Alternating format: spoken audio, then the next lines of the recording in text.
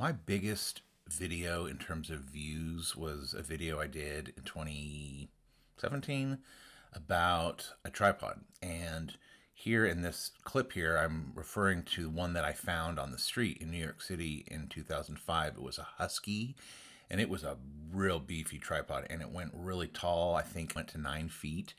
It got really chewed up, so I had to get rid of it. But my friend Randy Tobias had a studio sale recently, and first thing I noticed when he posted this picture was this tall tripod. And so I knew that I had to act, and so I went and picked it up this weekend, and I was so eager to get it set up in a field. So I went to Great Plains Nature Center. It was soaking wet. My shoes got totally soaked. But anyway, I had to get the camera going on an intervalometer first. Then I had to raise it up all the way. All right, that's kind of hard to see, but that is tall. Like I can walk underneath this whole thing. I gotta measure my reach. As far as I can reach, I'm still pretty far underneath that. I don't know, I'm struggling to think of how high that camera is. I'm guessing, Julian, are you 6'2"? Stand right underneath the camera. So very unscientific, obviously, but I'm about 5'8", and I drew a line in Photoshop, and I multiplied that times 1.9, and that gives me basically 11 feet tall. All right, well, several years ago, I looked into a tall tripod, and that led to another rabbit hole of ladders. And so that's going to be my next thing, because the only way I can trigger that camera is to have it on a remote, which I can reach. I can barely reach it. It's on an intervalometer, but I wanted to find like a field and compare how the height of a camera can eliminate having foreground. So I'm just so in a rut with my 8x10 stuff being at the same level, and a lot of times there's part of a ditch in the foreground that I want to crop out. So I think getting the camera higher might eliminate having to do that. So anyway, thanks, Randy. So the problem with the pictures at Great Plains Nature Center was that there just wasn't enough identifiable detail in the foreground to see, the high angle versus the sort of more normal angle. And so when I got home, I set out with a tape measure to 25 feet, and then I set the camera up, tripod up.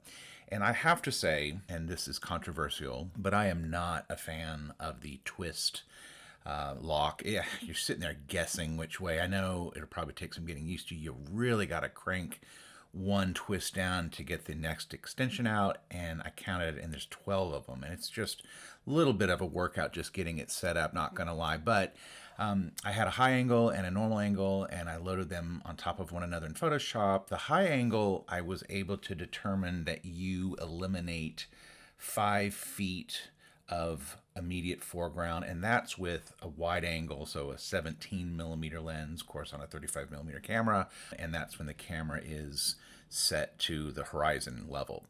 But anyway, very inconclusive, totally experimental, but a little bit of a fun experiment.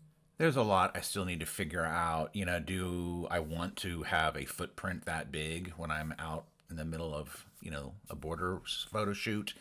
Do I want one of the tripod legs to have to be in somebody's property?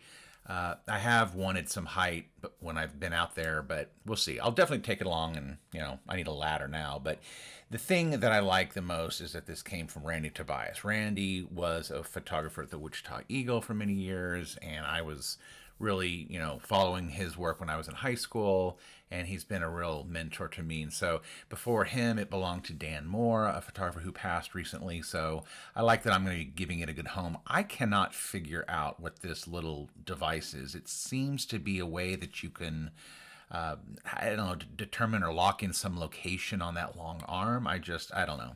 I'll have to look into that. My best guess as to the model is that it's a Gitzo G1509. You can find those on eBay, and they go for several $100s, which is kind of astonishing because, I didn't pay anywhere near that. Randy gave it to me for 150.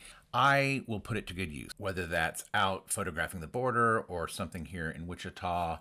I honestly can't wait to bring this to my school. I've got some ideas of some cool group portrait opportunities we do every year at Andover High School. It'd be nice to have a really high tripod, and I'll be able to keep it out there. It's a nice conversation piece. It's obviously seen some real heavy use. I think it has a ton of character, good looking piece of equipment, and happy to include it in my arsenal.